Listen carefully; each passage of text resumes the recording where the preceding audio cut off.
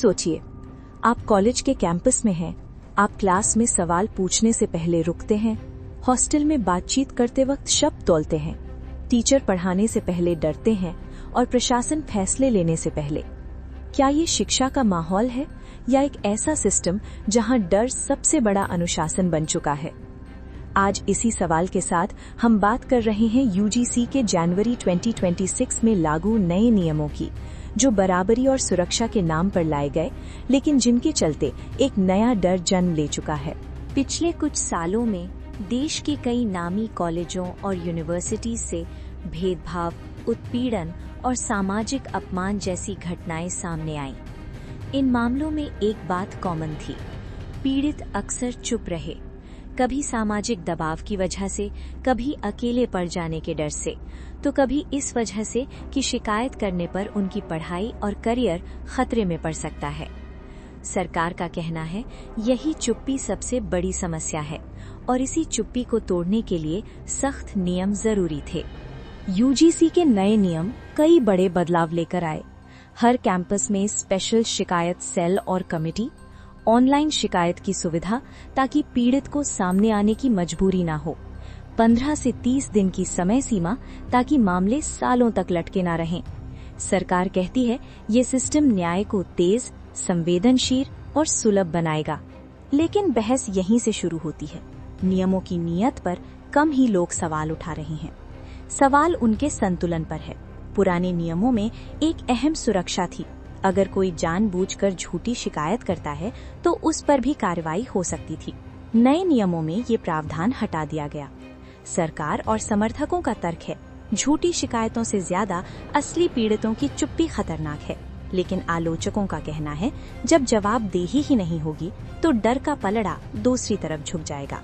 सामान्य वर्ग की मानसिक स्थिति। सामान्य वर्ग के छात्र खुद को दोषी नहीं बल्कि संभावित आरोपी महसूस कर रहे हैं। उनका सवाल सीधा है, अगर आरोप लगाना आसान हो और खुद को बचाना मुश्किल, तो क्या ये न्याय है? डर ये नहीं कि कानून है, डर ये है कि कानून में बचाव का रास्ता साफ नहीं।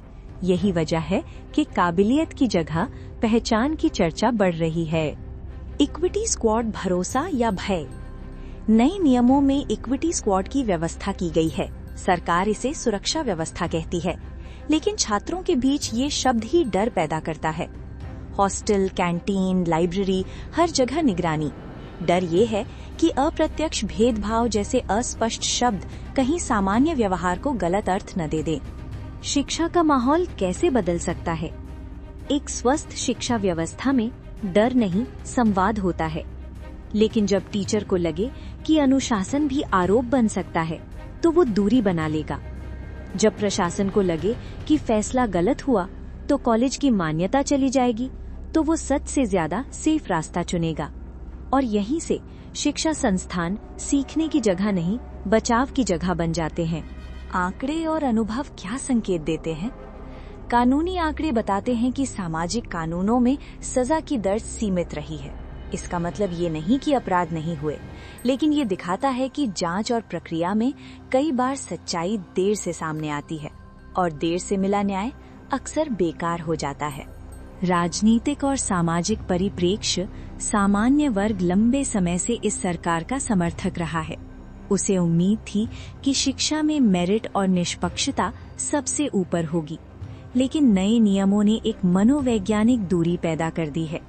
डर ये है कि कहीं फैसले संतुलन की जगह राजनीतिक दबाव में न लिए जाएं। समाधान। रास्ता बीच का है। इस बहस का समाधान किसी एक पक्ष को दबाने में नहीं, प्रारंभिक जांच अनिवार्य हो, स्वतंत्र समीक्षा पैनल बने, कमेटियों में निष्पक्ष सदस्य हों ताकि सुरक्षा भी बनी रहे और डर भी ना फैले। अंतिम सवाल। बराबरी तब तक अधूरी है जब तक वो डर पैदा करे।